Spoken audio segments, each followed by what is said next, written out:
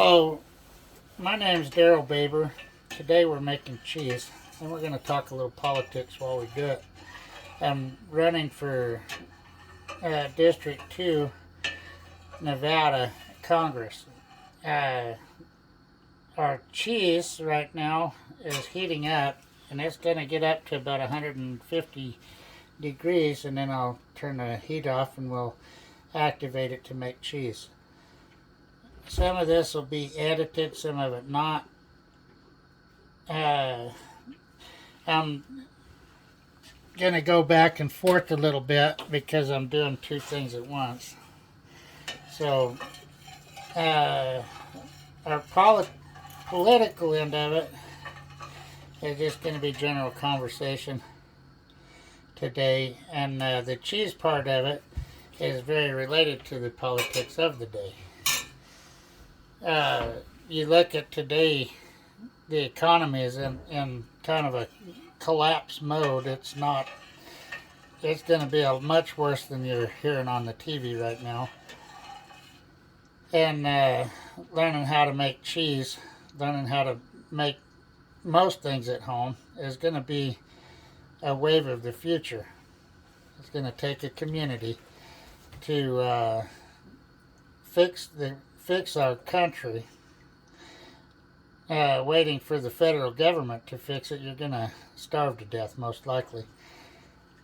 And the suffering will be worse waiting for somebody to come in and fix this because it's beyond repair. So we're going to make cheese. And I'm here too, Robert Lynn Schultz. Hello, everybody. And this Darryl Barber's my good friend, known him for years, and I think he'd be a hell of a asset to the nation as a congressperson. He's got a pretty good sense of common sense, I guess you'd term it. Yeah, he's got good common sense, this gentleman, and he's got plenty of life experience of hard work and working back of horses, running cattle, and doing all kinds of stuff all over the nation. You worked down in Texas, you worked in Arizona. I've worked in every state except for Montana as a cowboy at one time or another. Oh, there you go. And Washington. There you go. So I trust this man, and that's why I'm over here spending my time this afternoon learning to make some goat cheese. This is going to be a learning experience for all of us, I think, a little bit. Maybe we'll learn a little bit about our congressional candidate here. Yeah, this is goat milk cheese. I made one batch already this morning. This is about 6 quarts in here. And once my milk heats up, we'll have, this has got a cup and a half of vinegar, and that's what's going to activate the curd or separate the curd. My cheese terminology is kind of weak because I'm learning how to make this cheese yet.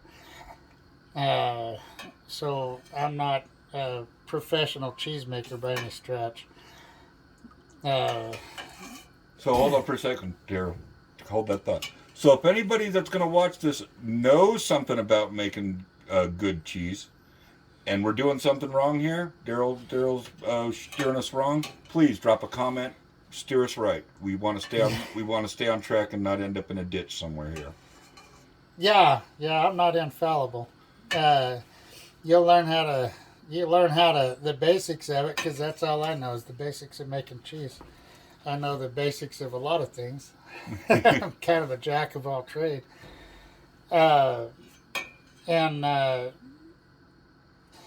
My decision this year to run for Congress as a libertarian is kind of just watching what's going on in this country. These food shortages, you're starting to hear about it on the mainstream now. Well, I knew these were coming 2 years ago, or 3. What was it? About 3 years. I was talking about with you guys. Yeah, buy food. You were telling us buy food. Yeah. You get a garden going. Yeah, and you've been building your goat herd for the last 3 years. Yeah. And you started off with what, 4? 3? 3. Well, that, 2, and then I had one of those died, and then I got 3 after that. and now you're up to... I got 10, and I'm considering trading some of the goats off for a cow. Oh, okay. So and then I'll have goats and dairy cow, and which these food shortages, the dairies are in trouble. I think there's going to be a little bit of relaxation on the hay price this year, but right now, no. It'll become later. That's assuming the fuel keeps going, because there's so many related issues with all of this. When I go to any little gathering of for a political talk, I always tell people, if you don't have a garden, you better get one. Because I know that these gardens are going to be key to people coming through this time rather well. There's not everybody's going to want a garden, and not everybody's able to have a garden. But I believe next year is going to be worse than this year for food shortages. And right now it's like, oh yeah, there's a few empty spots in the shelves here and there, and it doesn't look that bad. But we're at the beginning of that. And would you say this crisis is mainly due to our dalliances in foreign affairs and getting away from concentrating on America, the federal government, and basically throwing our weight around and messing with people's elections, backing coups in other countries, and then 10 years later we're looking at a possible World War III situation? Well, that has some to do with it, quite a bit to do with it. The weather's got quite a bit to do with it. But, I don't believe that this climate change is a man-made thing. I believe it's a cyclical thing. And, you can go through the last 10,000 years, and every 400 years we get this little drought, and then we get the cold snap behind that. Things get a little wetter. Well, and in actuality, we've been kind of living in a Goldilocks zone as far as climate goes for the last couple hundred years. I mean, they had a really bad cold snap in the 1800s where England basically froze from tip to tip, that little island nation. Well, those little cold snaps like that, but you go back further. Oh yeah, and it's way worse. Way worse. That's what I was saying. Worse. That's why we're at a kind of a Goldilocks zone right now in the ebb and flow of our climate, the global climate. Mm-hmm. And because you remember when we this first started out, it was a bubbling cauldron of swamplands. Yeah. It was a way hotter, way damper. Oh yeah. Well, Antarctica was an island. You go back far enough through history. I mean, the Earth was a flaming ball of rock. Yeah, and I'm pretty sure people weren't here when it cooled off. So, but that would have been climate change. Well, and it's also people. These governments want to take. It doesn't matter what party either. These governments want to take on these larger than life issues that are beyond the scope of man's scope. It's beyond the scope of man. We're not going to be able to mess with the climate of the earth. The industrialization for the last 150 years might have tipped it a little bit here and there, but we're not going to be able to just shut down and go back to where it was back when we were breaking rocks or breaking stones with rocks. Well, no, I mean, the highs and lows, America wouldn't be the first civilization to collapse. I mean, you can find evidence of that everywhere. And that's the way of the world. The truth of it is, though, these America pushing their weight around all over the world. I mean, we don't need to be involved in any of that stuff. But Exactly. it's not a protectionist view so much as a sensible view to say that we didn't need to be involved in any of the wars we've been involved in Yeah. over the last 50 years. Second World War, we was kind of pushed into that one pretty hard. Yeah. But by the time it's all said and done, the people of Ukraine, I mean, they're stuck in a mess because the Ukrainian government was a really corrupt government to start with. Well, that was my whole point about the Orange Revolution and our backing their coup. They're Nazi-led coup, by the way. We're backing Nazis right now in Ukraine. It's ridiculous. Yeah. It's ridiculous.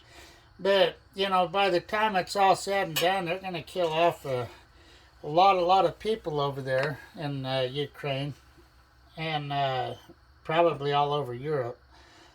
And the outcome's not going to change. The outcome's a foregone conclusion. It's just a matter of time.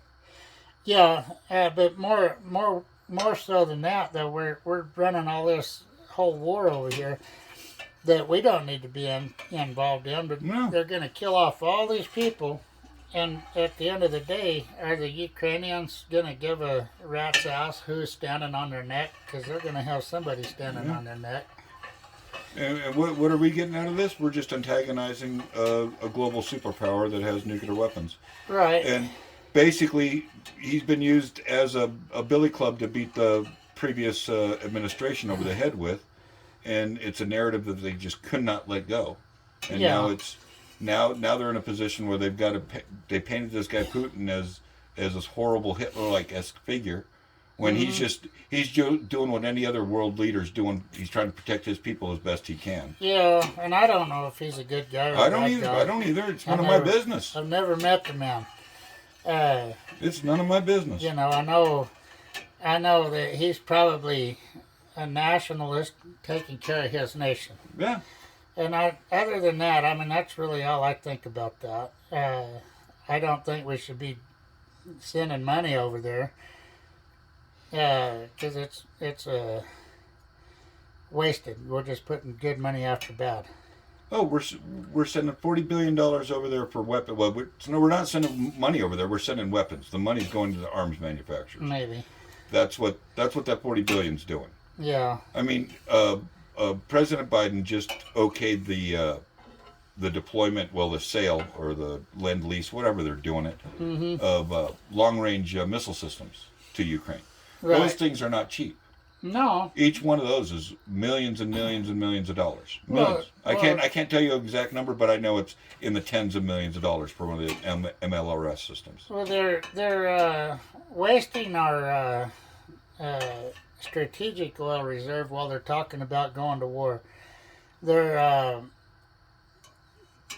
the idea that we might have to go over there and defend freedom, which we've never defended freedom ever. But the idea that they're going to go over there and defend freedom is pure nonsense, because they're not going to defend freedom at all. They're going to go over there. A bunch of rich people are going to make a bunch of money.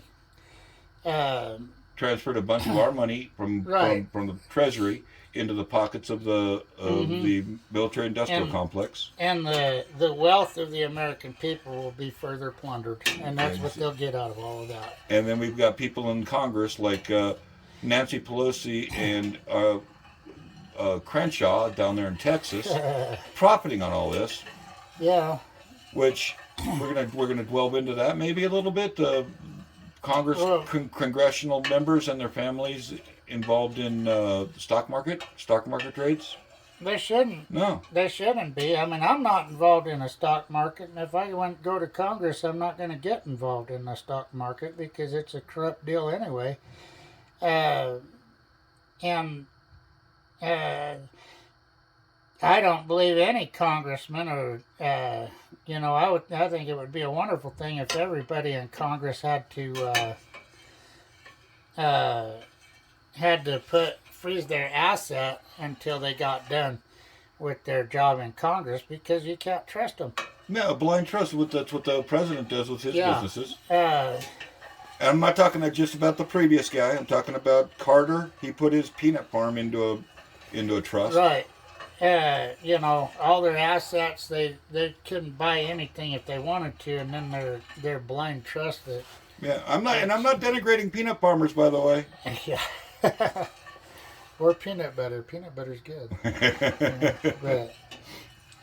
So what were you testing for temperature on this? Going back to the cheese. Oh, we want to get it up to about 150 degrees. It's a ways out. I'm just keeping my hands busy, so I'm checking it. But you'll see it start to steam, and then that's really what I'm looking for. Okay. And you'll get little bubbles. I'm stirring it so that it doesn't stick to the bottom of the pan. And you don't have to stir it as much as I do, but there again, I'm trying to keep my hands busy while I'm talking. Yeah. Well, actually, this might be work for you here eventually. Yeah. Well, if things go well, this could be everybody's living is doing this, but more important, you know, the things that are really going to affect us is the centralization of everything. I mean, imagine what this country would be like if all of your parks had fruit trees in them instead of just shade trees. Yeah. Come, you know, fall of the year, we can go harvest whatever fruit is ripe at the time.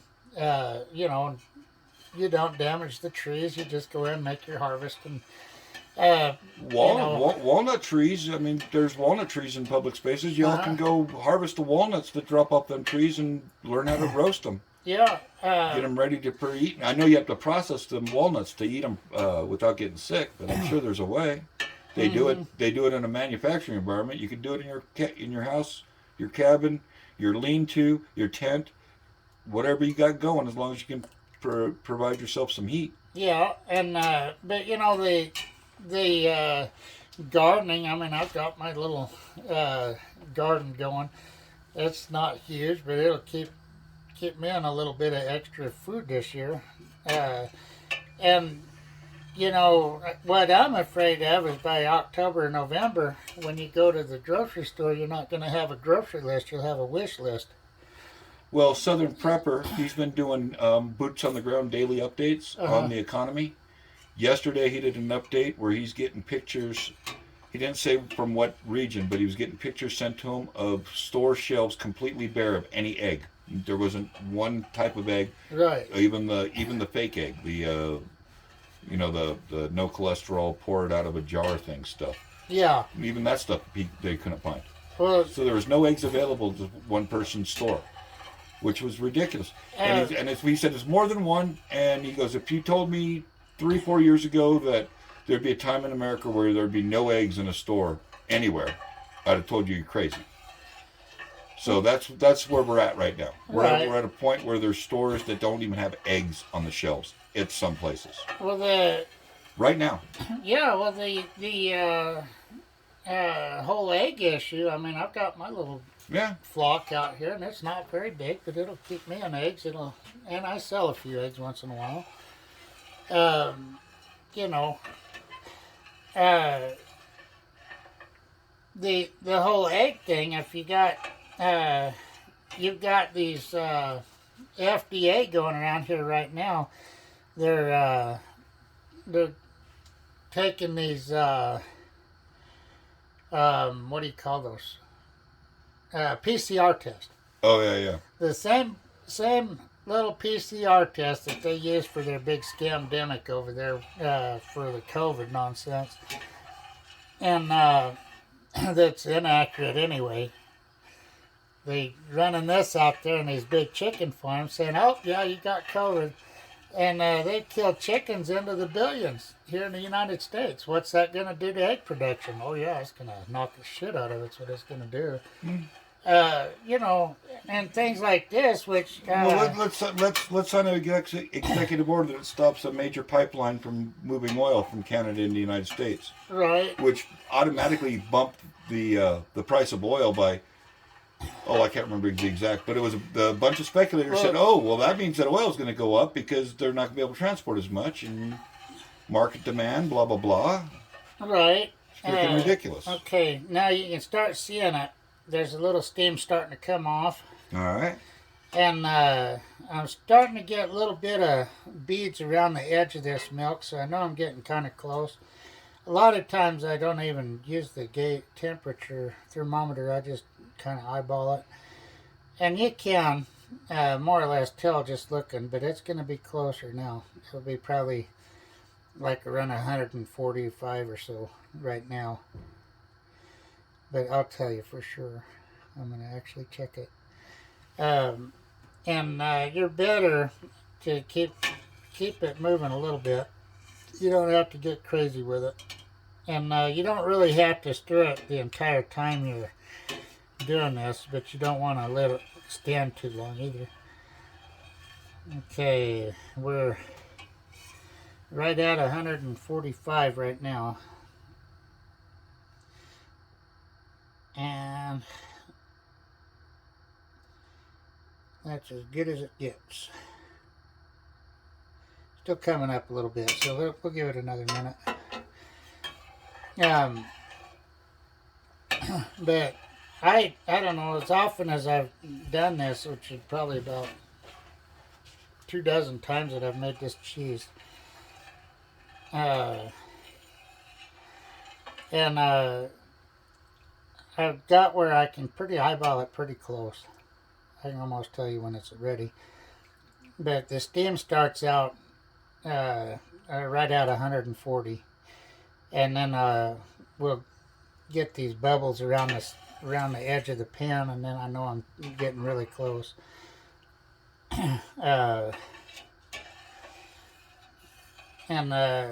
You know, so we can give this another minute, and then I'll turn it off because it's starting to get there. Once it gets close, it goes fast. Now, can you use the same method for with cow's milk, or is this just for goat's milk? No, they work the same. This cheese is what they call a farm cheese. Let me see that. That I made already. This stuff? Yeah. Okay. This is what it would look like. I'll move the camera. Yeah. That's what it would look like when I get it drained out a little bit, which I'm going to throw this other batch right on top of this. It won't hurt it. I found out the other day. Yeah, let's see. Did I get it back on? Yeah, you're good. It's okay. And it's kind of actually a little bit relaxing and joyful, I guess. A little bit of enjoyment out of this. There's an accomplishment with it. And I really think it's cool as shit when you put the vinegar to it, because you can see it react almost immediate. There you go. We get a little chemistry going on. Yeah, it's like a chemistry experiment while we talk politics. Nice. Well, that could be misconstrued. Okay, there is no explosives at all anywhere within our AO, which means area of operation. Yeah. Darryl. Well, it's cheese. It's cheese. Different kind of chemistry. Yeah. I wasn't. Robert's an old veteran, so his thought on chemistry is different from some people.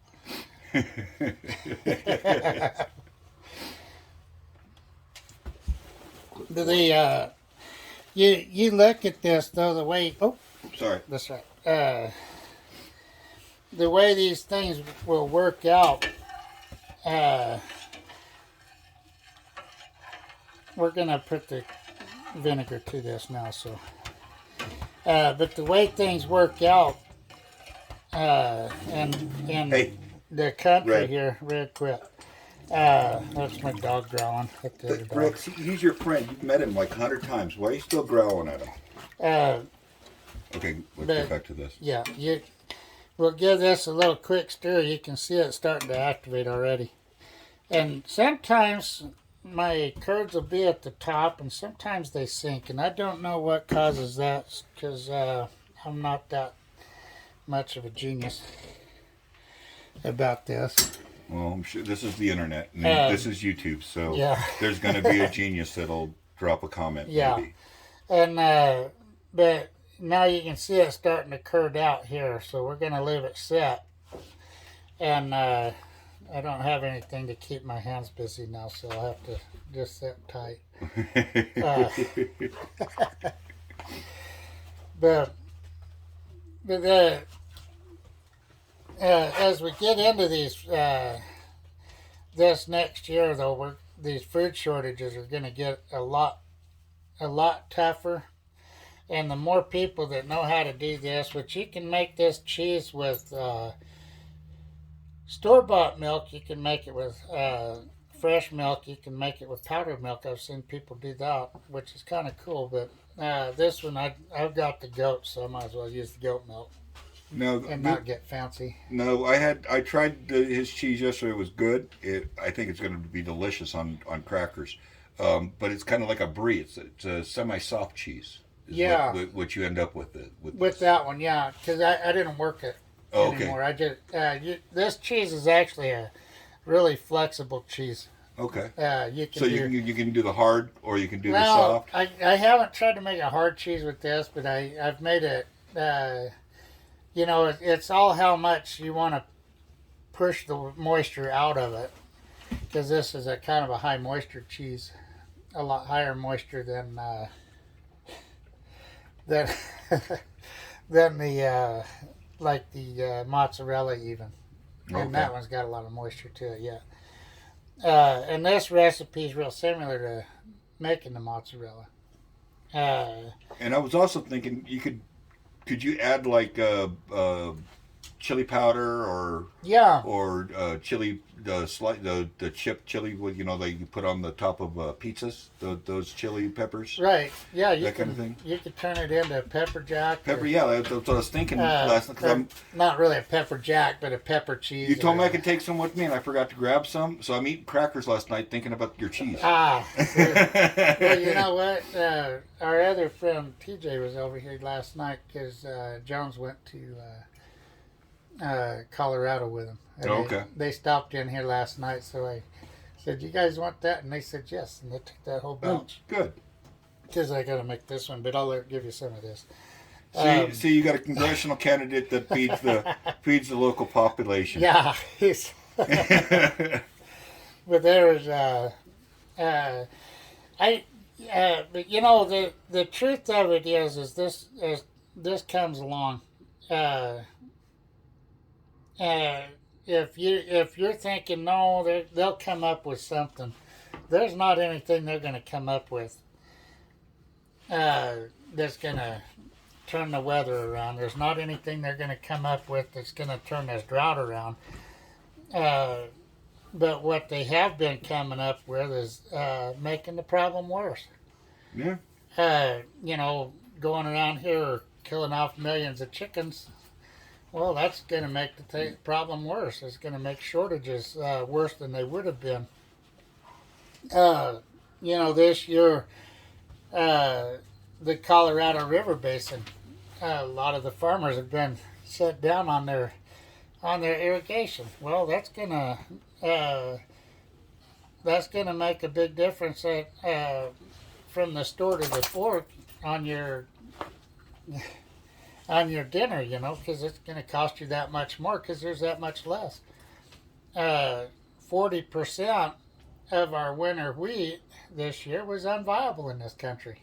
Yeah, people don't know that because it's not being reported. No, they're not reporting that. The MSN is not reporting that.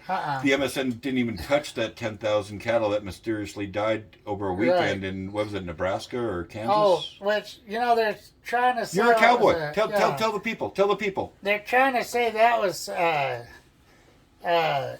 these cattle all got heat stroke. All at the same time. Yeah, which sounds like pure bullshit to me. Because, I've cowboyed all over the western United States, and I've never seen cows die from heat stroke. I've seen them. I've seen cattle die from nylon.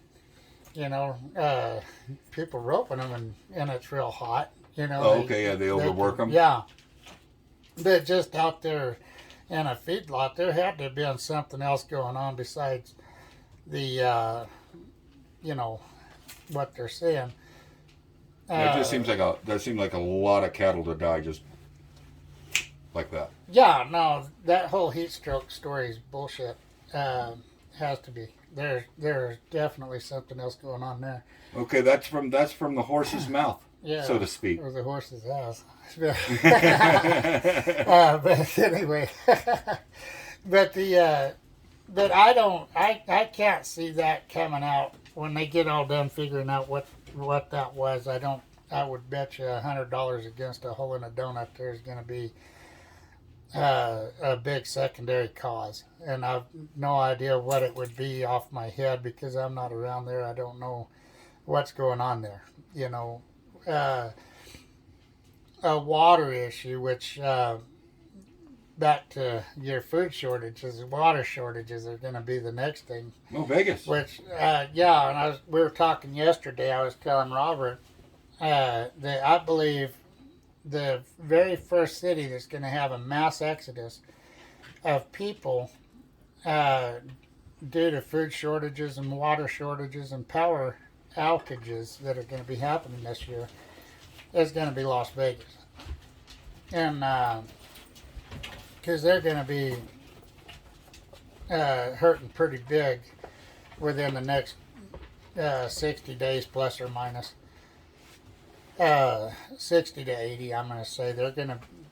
They're not going to be producing power out of Lake Mead for the first time in like 80 years, I think, since they built the dam. I'm not sure. I don't remember what year it was. 36, I believe. Yeah, the other thing Southern Prepper was talking about was blackouts and brownouts. Yeah, which, you know, all that's going to affect the food supply too, because when they have these blackouts and brownouts, that's going to affect irrigation. The refrigerated warehouses. Uh-huh. They better have some big backup generators. Right. And then they better hope that fuel's flowing, which you're already seeing fuel shortages. And, you know, how much of this stuff will our food chain be able to handle before it's... And how much of this is accidental, really? How many? Some of it. How many? Some of it. Some of it. How many food processing factories have burnt up or blown up in the last 6 months? Since January, I think they said it was like 87 or 88, something like that. That's crazy. It's a lot. That's crazy. A lot higher than normal. You'd think that's kind of outside the bell curve of accidents at a food processing plant for year to year. Most likely. You know, I don't know what the average is over 10 years. Yeah. You know, but there's it seems like a lot to me without knowing for sure, because I haven't really delved into how many of those they have every year. And as a candidate for Congress, what do you think, if anything, the federal government is empowered and is able to fix efficiently and with frugalness? Nothing. Absolutely nothing. The federal government is supposedly representative, which we don't have we haven't had a representative in Congress for, I don't know, a long damn time. Since Ron Paul? Yeah, he probably would have been a representative, but you know, but most of them when they're passing laws, they're not representing you. They're representing somebody else. And it's not Republican or Democrat. It's both. I mean, you can't sit down and say, oh, yeah, but that's unfair to a few individuals that I can think, right, just making me think off the top of my head, to give credit where credit's due. I think Tulsi Gabbard was a servant of her people, of her district. She had those leanings. And I do believe that Rand Paul has the best interest of not only his state but the nation, and I don't think he's profiting off his seat in the Senate. I do not think so. But anybody else? Less than a lot of them, anyway. Anybody else up there? Well, I would not shed a tear if they fell into the ninth circle fire pit of hell. I would not shed a tear whatsoever. I like Marjorie Taylor Greene. That's true. I didn't think of that. She's fighting like a drunk sailor. Oh, and what's the girl from Colorado? Bobert. They just tried to. They just tried to smear her as a slut in her teenage years. Right. You know what? If I was a girl and looked like her, I'd have probably been a slut too. Because I was a slut when I was in high school for a man. I was a man slut. Oh, man slut, baby. Anyway. Well, that is... that's probably not a good thing to put on a congressional candidate's talk.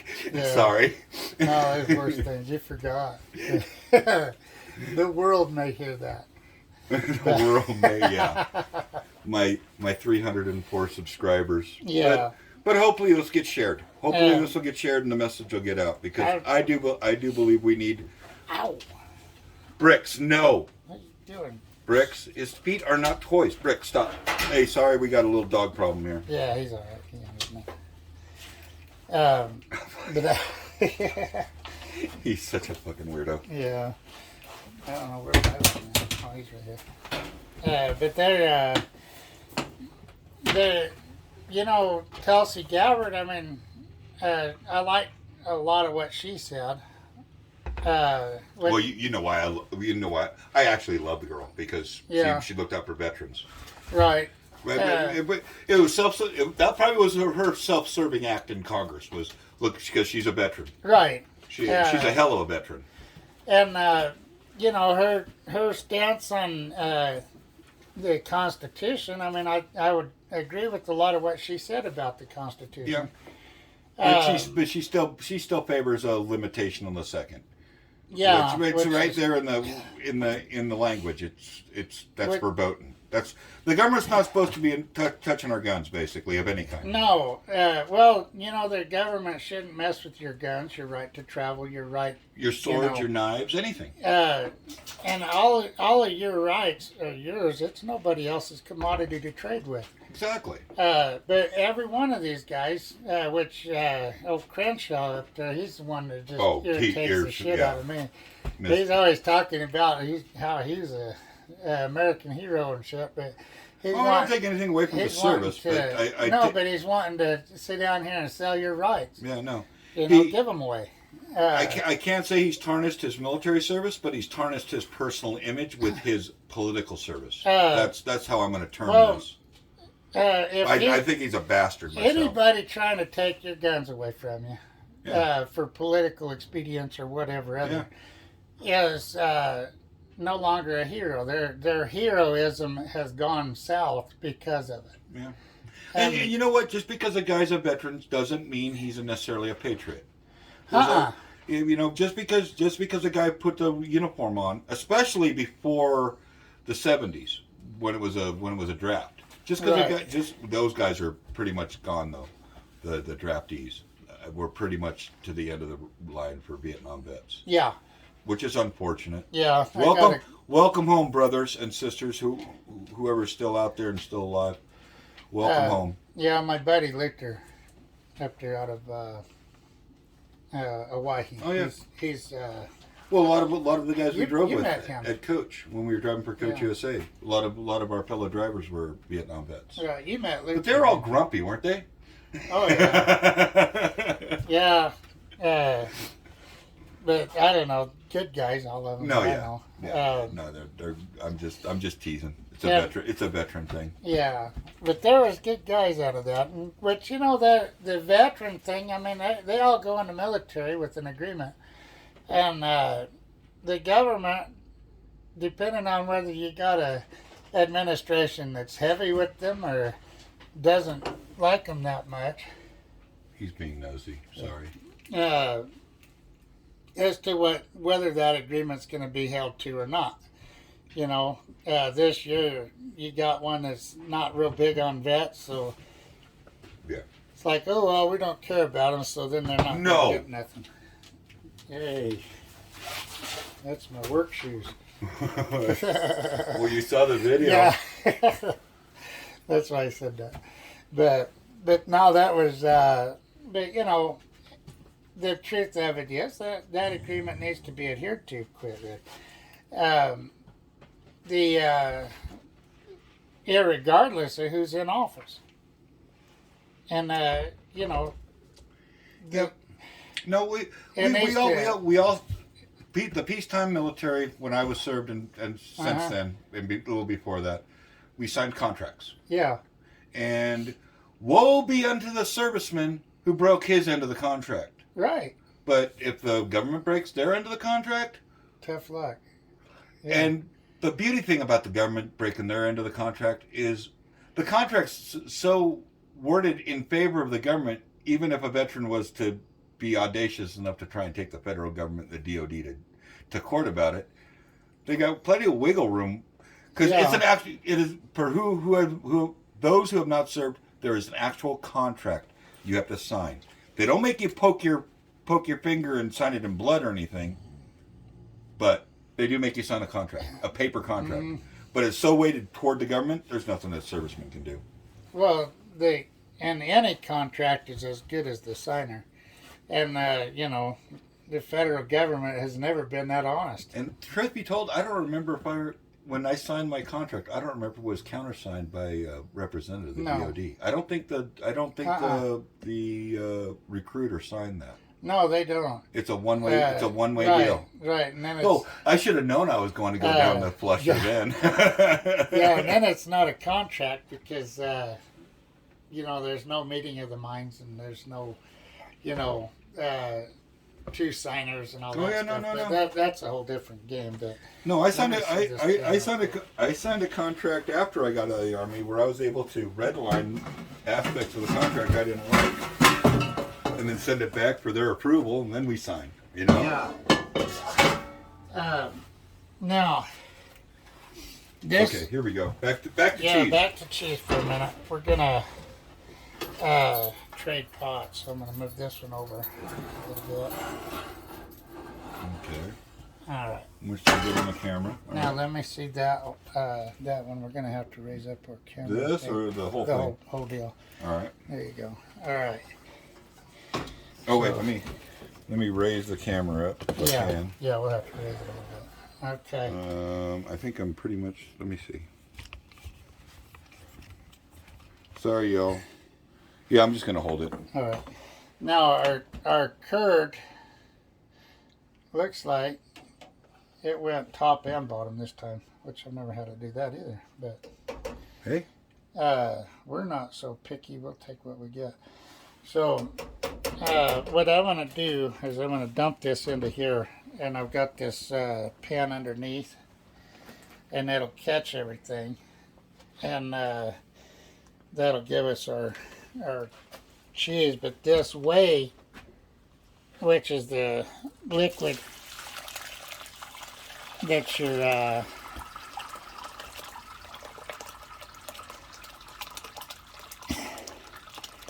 okay, I don't want to get too crazy with it right now because we're gonna.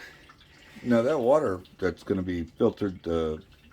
That's the whey. That's the whey. Yeah. Now what do you do with that? Well, you can save that, and it's actually got a lot of health benefits to it. Would it be good for dogs? Yeah. I bet you it would be good for dogs. Yeah, dogs, cat, or people. Yeah, well, I don't care about cats or people.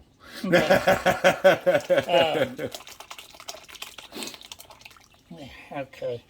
Now, I don't want to get too much in there because I'm going to run over if I'm not careful. And my house is in the process of getting remodeled, more or less. So everything's kind of in disarray here. Mark and Irma. Uh-oh. Oh, you want to get to that? Or? No, I'll just hang it up. Okay. Yeah. I don't know what I just told him, but probably told him he was gay or something.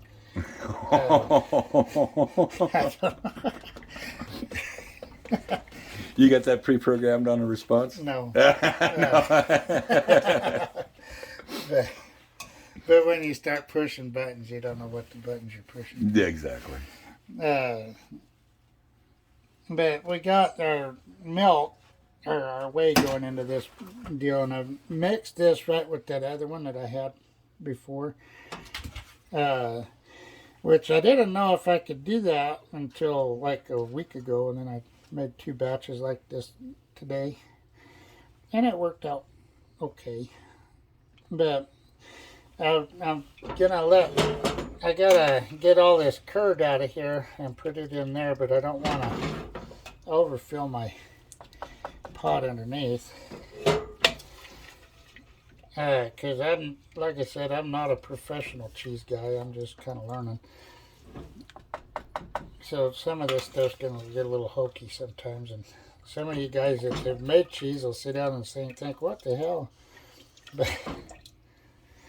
But you know, the point of the cheese making thing today is that we better learn how to do a lot of this kind of stuff at home this year, because next year it's not going to be available in the stores. Well, it'll be there if you've got the money. It'll be there if you're intermittently a lot of times. Okay, so we were a little bit interrupted there. I kind of ran out of space. I had to make space on my camera. My bad. Okay, we're back with Darryl, and we just added... what did we add to your cheese here, Darryl? Okay, this has got some green chili, Ortega.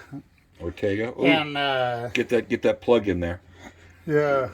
Well, how much did they pay you for that? Nothing. We'll bill them. But and then I put minced garlic in it. We've got salt. I already salted it because we were interrupted and I kept working.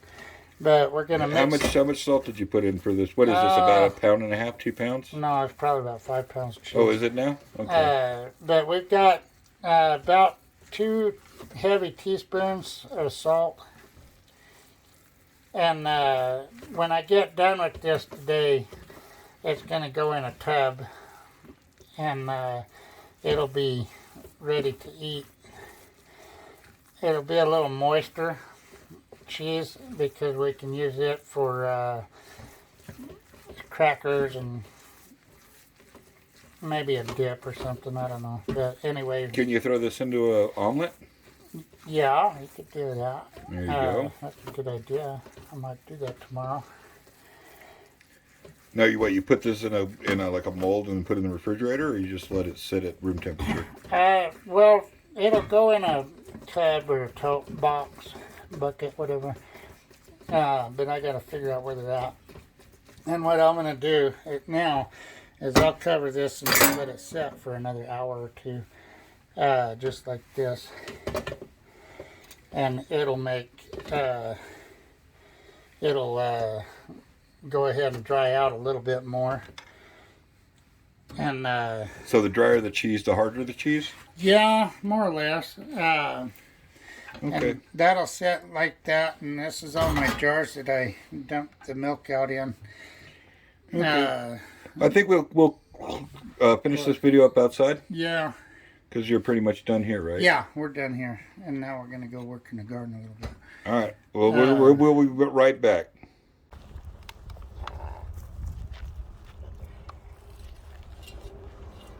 Okay. Well, that was the way you make cheese.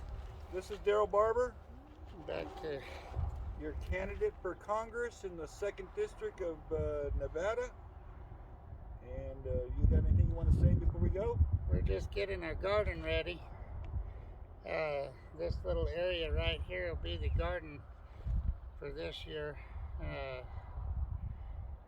I'll grow a lot more than what I'm going to actually eat, and then I can help other people with their gardening also.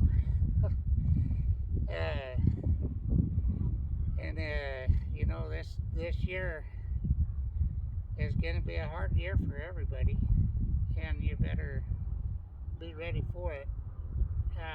Next year's going to be worse than this year. But, you know, water's going to be the big issues this year. Inflation, water, and food. And, you know, I've known about this stuff for a couple of years, and I'm sure our congressman knows about this stuff. And if he's not going to do anything to make your life better, what good is he? And for those of you who don't know, his name is Mark Amaday. Thank you, sir. Yeah, not too many people know who he is because he doesn't do anything. Has he even has he authored one bill? He's Three. Three bills that he's got co-sponsors for. I think there was 5 total. And all of his co-sponsors were Democrat on every bill that he has that he's got any co-sponsors on. And how long has he been in Congress? 11 years. And, you know, you guys in Nevada can send him back and get another more of the same that you've had from him, which is nothing. Or you can send me up, at least I'll fight for your freedoms. Because without free people, you do not have a free republic. And I think that's enough. Okay. Well, Robert Lynn Schultz signing off from Elko, Nevada with Darryl Barber. You guys have a good day.